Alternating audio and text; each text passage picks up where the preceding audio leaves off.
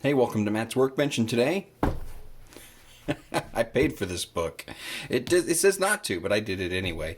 I saw this book, and you know me, I have a sucker for nerdy books, and I got a whole collection of them. And if this is something that you guys want to go down the rabbit hole with, just clickety clack it down there in the comments, and we can do that, and we can do a whole series of stuff like this. But I found this at a church garage sale. That's right, the First Presbyterian Church garage sale, and I think I paid $2 for this book, which I think is too much, considering I am highly encouraged to steal it. So I started flipping through it, and immediately I knew I had to buy this book, and so I went through a few days ago, and I kind of bookmarked some pages, but I want to go through Steal This Computer Book 4.0, which I highly doubt that there was a 1.0, 2.0, or 3.0 that goes along with this book. But here it is, by Wallace Wang. And let's get just a little synopsis. I like this here at the very top. Warning, this book is not to be used for hacking into government computers, defacing websites, cracking software, phone phreaking, spreading viruses, phishing scams, or any other illegal activity. Sure, Jan. Let's see. How to manage and fight spam and spyware. How Trojan horse programs and rootkits work. How to tell if your machine's being attacked. How to infect your computer and invade your how corporations do that. That's right, those evil corporations. So we're going to go through and we're going to read just some of the hilarious stuff that is in Steal This Computer Book 4.0. I think it starts with the table of contents here, which is fantastic. We got early hackers, PC pioneers, but then, we're getting into stalking a computer, cracking passwords, digging into a computer with rootkits, wares and Trojan horses. I mean, this has got it all. Like, if you want to, what was the dark web of the early 2000s like? I mean, this has got it all, including, Chapter 17, hate groups and terrorists on the internet. I feel like that's just Facebook now, isn't it? So, and then you've got a detailed contents, hacker mentality, phone phreakers. I think I might have actually bookmarked some phone phreaker passages. But some of this stuff, so this book will not turn you into a hacker any more than reading a military manual will turn you into a soldier. I feel like they put this in here in case they got sued. You know what I mean? Because so many things in this book is like, you can just go download this stuff and you can do it. You can read this book and learn how to do this stuff, and some of it is just informational. I remember why I bookmarked this page. I went through this book like days and days ago, and part of this is like, why did I bookmark this page? But this one, the caption got me completely. To avoid looking directly at an atomic bomb blast, U.S. soldiers cover their faces with their hands. This is the same position government authorities will use later to avoid looking directly at these veterans while refusing to grant compensation for illnesses suffered as a result of excessive radiation exposure. Now, if this caption to this photo doesn't tell you the position that this author is taking, I'm not sure what does. No, all right, here we go, Chapter 2. The first hackers, the phone phreakers, yeah. Now, there's some really good videos on YouTube about phone phreaking and what it was and how it worked. The gist of it is that you could record tones onto you remember Home Alone and the Talk Boy? You could record, and then you had a little speaker on there you could play back. That would have been the perfect phone phreaking device, because you play back those tones, and there was some secret tones that could allow you to get around the long distance system that the telephone companies had in place. So instead of putting a quarter in a payphone, you could just walk up, hit play on a cassette recorder, and then you could just bleep, bleep, bleep, bleep, bleep, bleep, bleep, bleep, bleep, bleep. All of a sudden, you can call anywhere on Earth, toll free. Phone phreaking, man, it's freaking cool. And I never did it. Would I have done it if I'd known you could do it? I disavow. I disavow all possibilities of that. This is so good. Hacking people, places, and things. Social engineering. Social engineering is when somebody says, my email account got hacked, right? No, it didn't, Jeff. No, it didn't. It said your Amazon package was going to be delayed, and you need to open this attachment and put in your username and password. You just got social engineered, my friend. But so say, for example, a hacker wants someone's password at a particular company, rather than ask the person directly, which would probably fail. I like how they put that in. You could do that, though. You could just say, hey, Jeff, what's your email password? Jeff may trust you. I don't know. But that would probably fail. Might try a more easily manipulated sort, such as a secretary. Hey, Janice, what's Jeff's password? Yeah.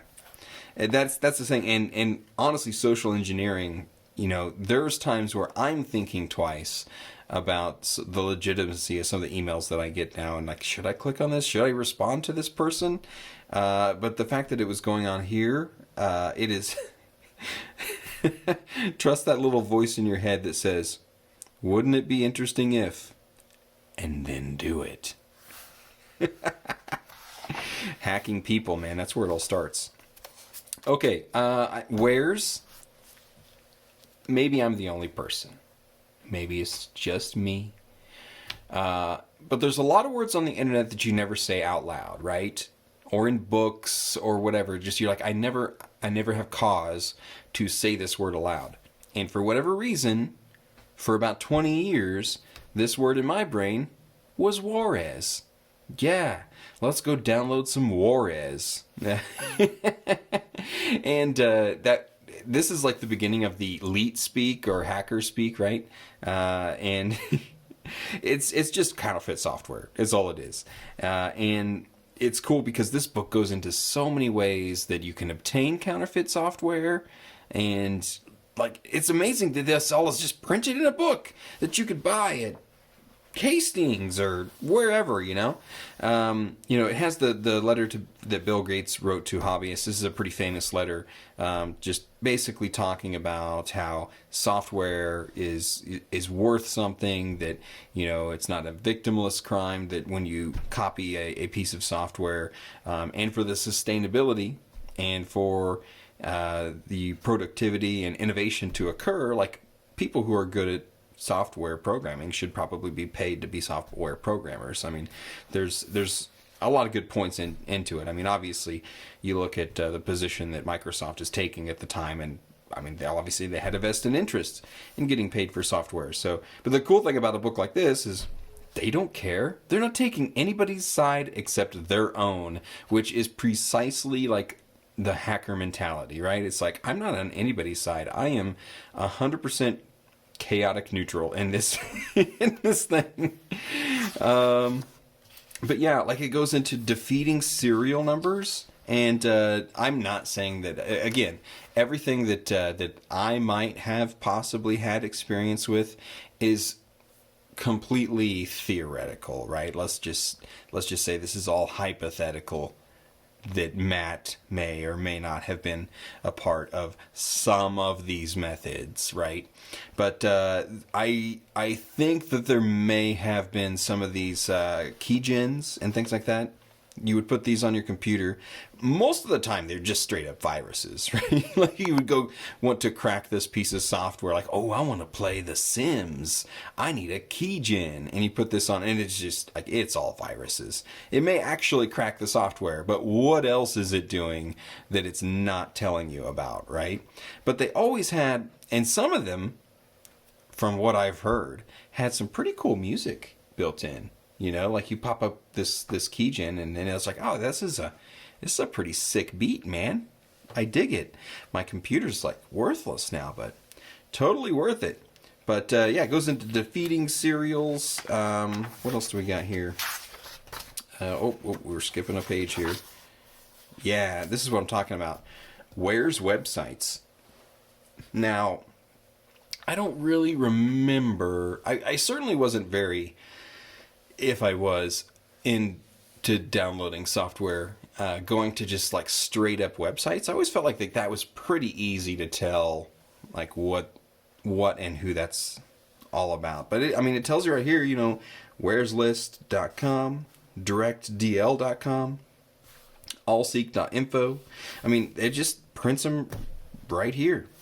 And it calls it In the Old Days. Oh, man. When was this book printed? When was this book published? Let's see here. 2006. So it's talking about these websites being in the old days. Aye, aye, aye. So yeah, it says more pilots now have flocked to BitTorrent, which is decentralized and stuff like that. The problem was that all of these websites that hosted this software, they would just get shut down. And then another one would pop up, and that would get shut down. And another one would pop up. And it was interesting how quickly word circulated about where the next website was that popped up. This was before the Pirate Bay or any of that stuff came around. So, just crazy to think how fast all of it adapted and changed, and it really was like just playing whack-a-mole with all of these different software websites. So yeah, BitTorrent was kind of the first place that really kind of decentralized all that, and from then the Pirate Bay lasted for so long because they didn't actually host any software. They weren't distributing anything except this database of torrents. So. Okay, this is fantastic. This is one of the best passages in the books, Where the Hackers Are. In the world of hacking, there are good hackers called white hat hackers, and there are bad hackers called black hat hackers. In between are the so-called gray hat hackers, who cross the border between good and bad depending on what's convenient for them at the time.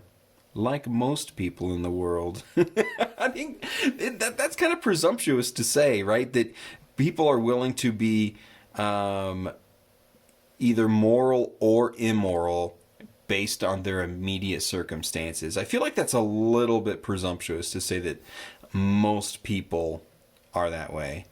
So, I like this. Whatever you call them, hackers are people. And like any group of people, Americans, police officers, teachers, accountants, Christians, some will be good, some will be bad. I do agree with that. But unlike most other groups, hackers often rely exclusively on technology in the form of computers and the internet to communicate with each other.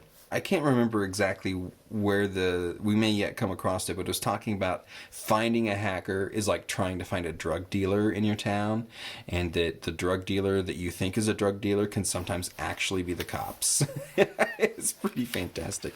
Oh man, we missed a page here. Hold on. Oh, this is good. I'm glad we came back for this, because look at these screenshots, man. This is how I remember the internet looking, and it might be like just favorite period of time, where you got tabs, pretty clear defined tabs up there, which were obviously just pictures, and everything was in boxes. You had a nice box. You had some, buttons that had some drop shadow to them. You gotta have some good drop shadow, and a nice banner, at the top of your website. You could not have a website without a banner. So, that's good stuff. Yeah, hackers, finding hackers on IRC. Or you could go to hacker conventions. I did not know that this was a thing. But apparently, they were. Anyone can attend a hacker convention, including hackers, law enforcement agents, and those who are just curious to see what life looks like in the computer hacking world. You're just a hacking spectator, is all that you really are. But it's crazy to think that there was like actual hacker conventions, and here they are. You got DEF CON, you got Hackers on Planet Earth, Hope, and you've got like all these different places, which are actual real places that people would go to congregate. It talks here about this at DEF CON. There is a popular contest called Spot the Fed, where attendees attempt to locate FBI agents keeping an eye on the conference. Do you remember The Matrix? The movie The Matrix, the first one, where they go to they knock on Neo's door and they've got this disc, right, that's got the hacker program on it, and then they go to a club to meet up with other hackers to do hacker stuff. I never thought that world was actually real. But, maybe it was. Maybe there were some sweet DEF CON parties where people had red pills and blue pills. I don't know. But don't worry, hackers are people too.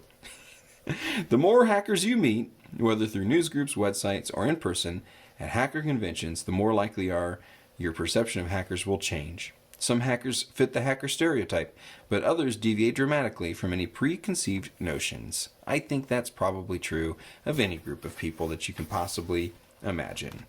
The more you integrate yourself into that group, I mean, we are so conditioned to just categorize everything immediately. Like, we have so much information to process on a daily basis that, we're like, you're a hacker, you're exactly like that, and now I don't have to think about you anymore. But the more you integrate yourself into any group of people, whether it's, societally, racially, ideologically, the more you integrate in that group, you realize there's so much more, like, nuance and color and individuality within those groups that makes, believe it or not, each person an actual individual human being. It's wild to think about. Cracking passwords, you can get in there, you can start brute forcing passwords. I mean, this doesn't tell you, like, word for word how to do these things, but this whole book, like, to me is like, here's enough information to get you started on being a hacker and hacking things. And it's interesting because I question, like, who this book is for, right? Who was this printed for? Is this for people that are just, like, curious? That they're just like, I wonder what hackers do all day. Or is it towards, like, younger people who just have access to a computer all of a sudden and they want to be a hacker, or they aspire to be a hacker? Like, I'm not sure. I feel like those people wouldn't be reading this book. They would just be finding hackers on the websites. Not going to the library and checking out Steal This Computer Book 4.0. But yeah, cracking passwords. I remember being terrified that my password was going to be cracked, right? Or just that people were going to hammer away and brute force their way, brute force the password into my email.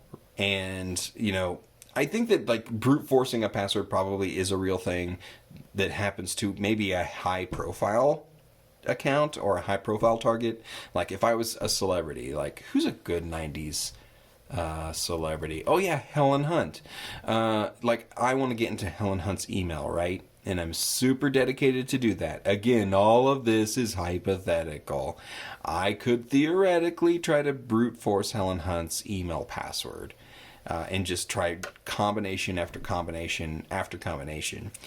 These days that's not too effective because you get, you put it in 3 times. This happens to you when you forget your password. You put it in 3 times, and it's like, sorry, you're locked out for 7 hours. Come back tomorrow and try your password again. So that isn't very helpful.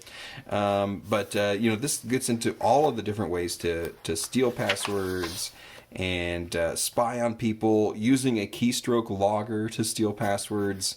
It's wild, the information that is in this book. I mean, stuff that it's not that you shouldn't talk about it, right? It's not that you can't talk about this stuff. But again, who is this book for? File sharing in the networks. Okay, now let's talk for a second. I'm going to go ahead only because I feel like the statute of limitations has run out, and at the time I was too ignorant to know any better.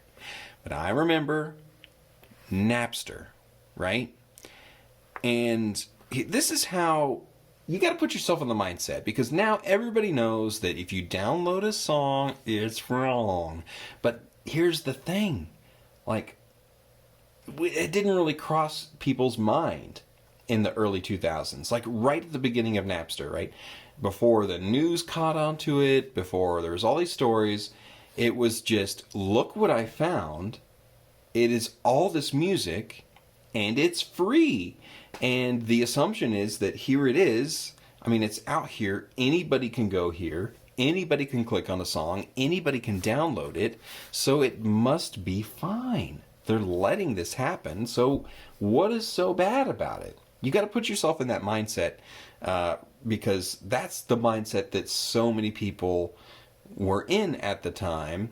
And that, like, we weren't doing this and we were guilt-ridden about it, or downloading a song and going like, hey, got that one. It's like if you were to walk into your grandparents' attic and just discover a stack of records, right?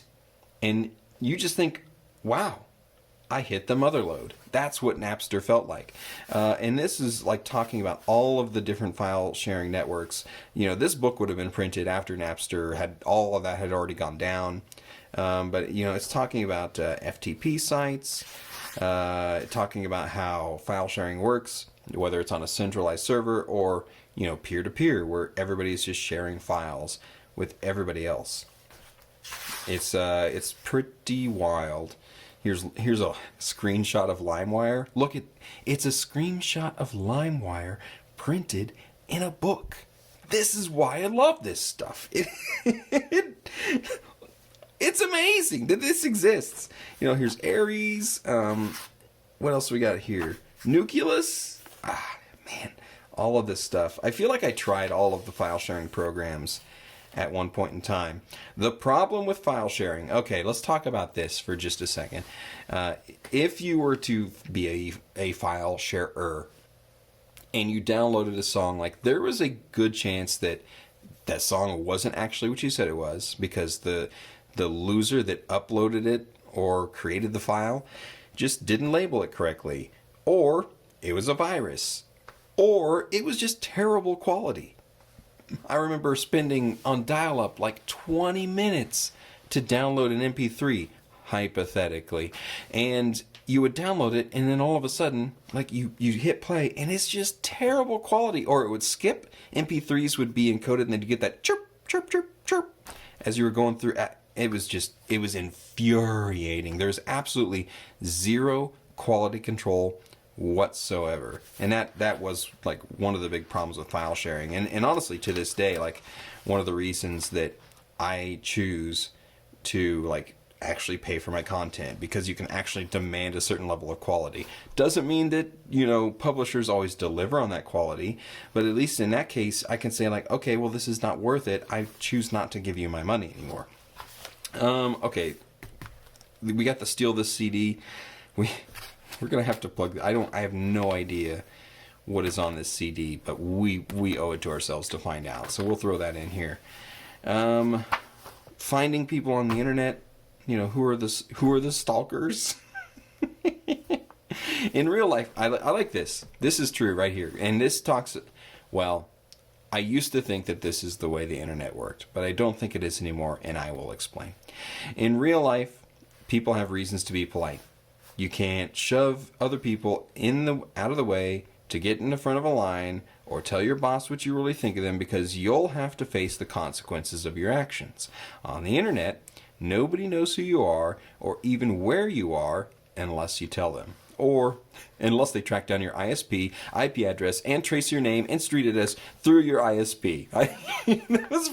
That's a very passive-aggressive parenthetical that they threw in there. Like, like, wow, yeah, you want to try to be a jerk on the internet? Well, the hackers will come and they'll find you. But here's the thing. Now you take social media, for instance, and you take specifically Facebook. I'm gonna put specifically Facebook, because more often than not, people are putting their real name on there. And how many times have you seen somebody post absolute trash, just absolute garbage, like just absolute awful takes on things on Facebook? People that you, at one point in time, you're like, I respect this person. I like this person, but they're saying such stupid crap on Facebook that I have a hard time respecting them anymore. I used to think that anonymity would keep people from doing awful things on the internet, but Facebook's proven me wrong, and that people are more willing than ever. And I think it's spilled over into our public actual face-to-face lives. People I feel like are way more tolerant of going out and being a jackass in front of the world, whether it's online or in the line at a grocery store or you name it. People are just absolutely 100% on board with being the worst version of themselves at any time. And if there's anything that social media has done to really be a net negative influence on the world, I think it's that. It's just normalizing that people are absolutely awful human beings, and that should be normal. I hate that about the world, but no, I mean this is a great take at the time, but unfortunately, I think it is possibly one of the most outdated ones in this book now. Let's see, what do we got here? The future, hacking for profit.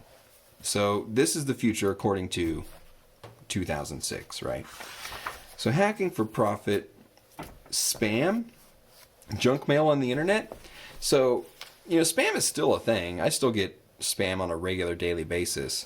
And I think that, it really kind of boils down to the fact that, and it talks about it here, spamming is essentially free. Like, why do people do that? You get this spam, you're like, who is clicking on this stuff?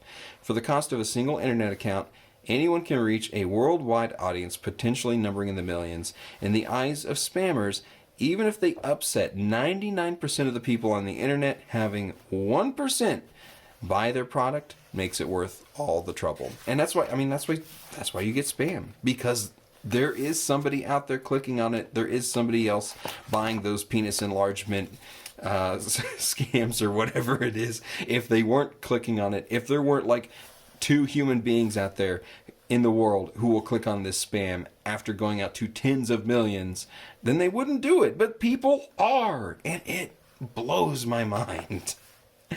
Drive-by downloads. So this starts talking a lot about ActiveX controls, and I'm not an expert on ActiveX controls, but I think that for a certain period of time on the internet, like, you have to remember them, because you would go to a website and inevitably you'd get to a website and it says this ActiveX control is not working, or has been disabled for security, or do you want to enable this ActiveX control? Do you trust this website? It's interesting because, like, when you're designing software, and especially the internet, like, you cannot predict how everybody is going to use your software, right?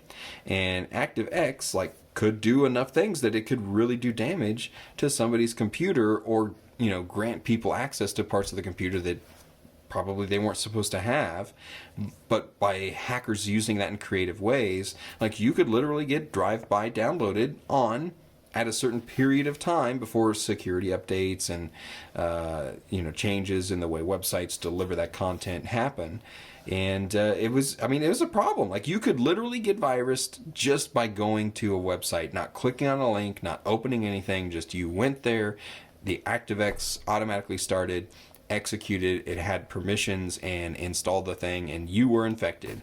It's wild to think that, like, that was the internet not that long ago. I put this in here. So what is this? We are looking at Steal This Computer 4.0, computing on a shoestring, getting stuff for almost free. Talks about buying a refurbished computer, saving on printer supplies. I mean, this is a program that you can down, a program dubbed InkSaver. Go to inksaver.com. And it claims to reduce the amount of ink your printer uses without any noticeable difference in print quality. It's compatible with most Epson, Canon, and Hewlett-Packard printers, but you can download a trial version and see if it works with your particular inkjet printer. Yeah, it's wild. I think that, on the public side of scams, like, that are just like fully out in front of your face, I think printer ink is probably one of those that even the printer company's like, yeah, we're doing it, so that's how it is. But I'm curious, like, I would love to try this software. I don't have an inkjet computer printer anymore, but I would love to just, like, say, like, does this actually do anything? I can't see how a software would actually manipulate the amount of ink my printer would use, unless it basically just forced everything to print in draft mode and hoped you wouldn't notice. I mean, I, I have no idea. So that's pretty wild. Just the stuff like this that I would not know existed if it were not for this book is part of the best part, man. Locking down your computer. Yeah, here we go. Perhaps the best way to protect a computer from the physical theft is to keep it in a locked room, bolted firmly in one place.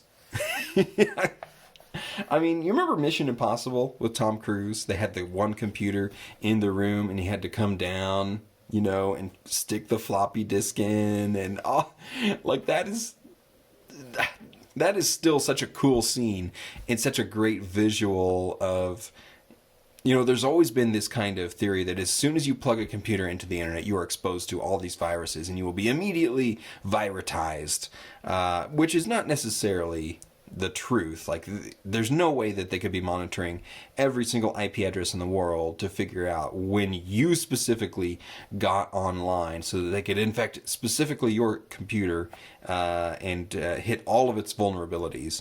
But it really, that scene in that movie showcased, like, man, the internet is a super dangerous place, and the only way to keep the data safe is to be in like a 17-layered locked room with pressure-sensitive switches and bolted down, and but apparently a non-secure ventilation system. There's always a weakness. There's always a weak. What, you want to breathe air, or do you want to keep your files safe? You decide. But no, this is a pretty fantastic book, and I think we need to pop open, steal this CD, and get this started up, and let's just see what's on here.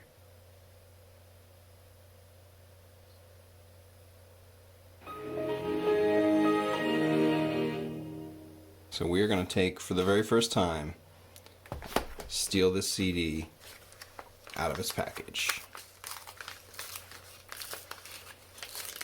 Look at that nasty, nasty stuff. Oh, steal this CD, which was the name of a System of a Down album, wasn't it? Didn't they have an album called Steal This CD? Let's pump this guy in. Maybe there's viruses on this CD. That would be cool. Let's just open the folder and see what's inside. So, is this just the book? The Ultimate Beginner's Guide to Hacking and Freaking. I think this is just the book in Notepad. Hacking rules. Never damage any system. This will only get you in trouble. Never alter any of the system files except for those needed to ensure that you are not detected, and those to ensure that you have access into that computer in the future. Yeah, you gotta always leave the back door open. Wow. I don't... Yeah, this is not necessarily the book per se. What is all this? Telnet dial-ups. Here's a list of all the Telnet dial-ups that I know of in the USA, including the city, state, and area code. Holy cow. Oh my gosh. This is actually remarkable. Techniques adopted by system crackers when attempting to break into corporate or sensitive file networks. Okay, so is this like a loophole? Like, is this the stuff? Were they selling this book just to get this CD into people's hands? Crackers adopting the techniques of bouncing through telephone networks before connecting to the internet are extremely hard to track down. I remember that from the movie GoldenEye, because they could literally be anywhere in the world. If a cracker was to use an 800 number dial-up, he could dial into machines globally without having to worry about the cost. This is crazy. Hacknov. A Novice's Guide to Hacking, 1989 edition. So this must be like different files that lived out on message boards and BBSs. Holy cow. Here's a zip file. Rock XP 3. What is this? This is in the folder called Chapter 6, Where's Software Piracy. What is in this zip drive? The key finder? This is wild. Trojan horses and worms. G remover, IR clean, comp Trojans. The complete Windows Trojans paper. That is unreadable. Let's see. Let's turn word wrap on. This paper is a Frame for Security Systems publication. All rights reserved. You may read or distribute. This updated version of my paper written a long time ago. The Complete Trojans text is a paper about Windows Trojans, how they work, their variations, and of course strategies to minimize the risk of infection. So this is more of a white hat document on here. Holy cow, this is crazy. Morris Internet Worm source code. Are you serious? Look at the stuff that is on here. It is just a mishmash of anything and everything. Fake free antivirus. This is a fake free AV. Login screen stores the username and password in C:/regclean. I mean, this is an actual keylogger. Holy cow. This is wild. I did not expect this stuff to be on here. Man, file sharing networks. What's in here? Website example when in Macromedia Flash. I don't know if we'll be able to open this, but let's find out. This is pretty crazy. How to find files on a website based on the book Steal This File Sharing Book, published by No Starch Press. Oh, look at that. It's gonna walk you through all of it. Type the URL address of your favorite search engine. See, it's got the little mouse. We even got sound effects.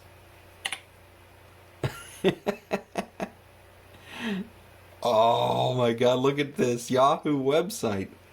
Type the file name and the file type and name you want to find. MP3 fish. Click the search button. So far, I feel like I would have arrived to this conclusion on my own. Click the website you want to visit. You may need to click on several websites until you find one that actually offers the file that you want. That was true. You could be digging way deep. Look at this. Oh, this is such a treat. This is such a treat. I am so glad I put this CD in. Start the old Firefox download. This is cool. Wow.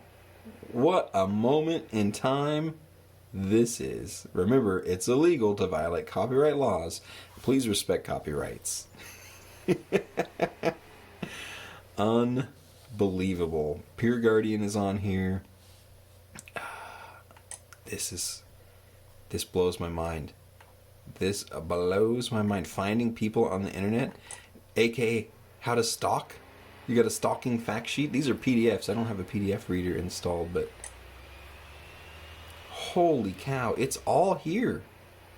Like some of the stuff I knew about, but other stuff, this is news to me. All these years later.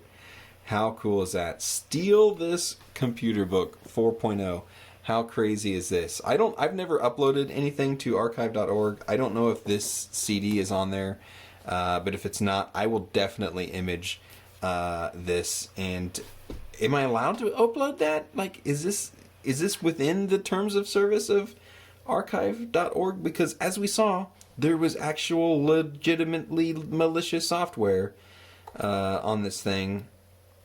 If I can, I'll try. Thanks for watching this video. If you like stuff like this, again, I got a ton of nerdy computer books. If you want to dive into more of those, we can do that. We also take things, we fix things, we get things working on this channel. So if you like this one, give it the thumbs up. Subscribe if you liked it too. I think that helps the channel grow and helps people see videos like this. And if you didn't like it, give it the old thumbs down, and I'll know to never ever do anything like this ever again because you said so.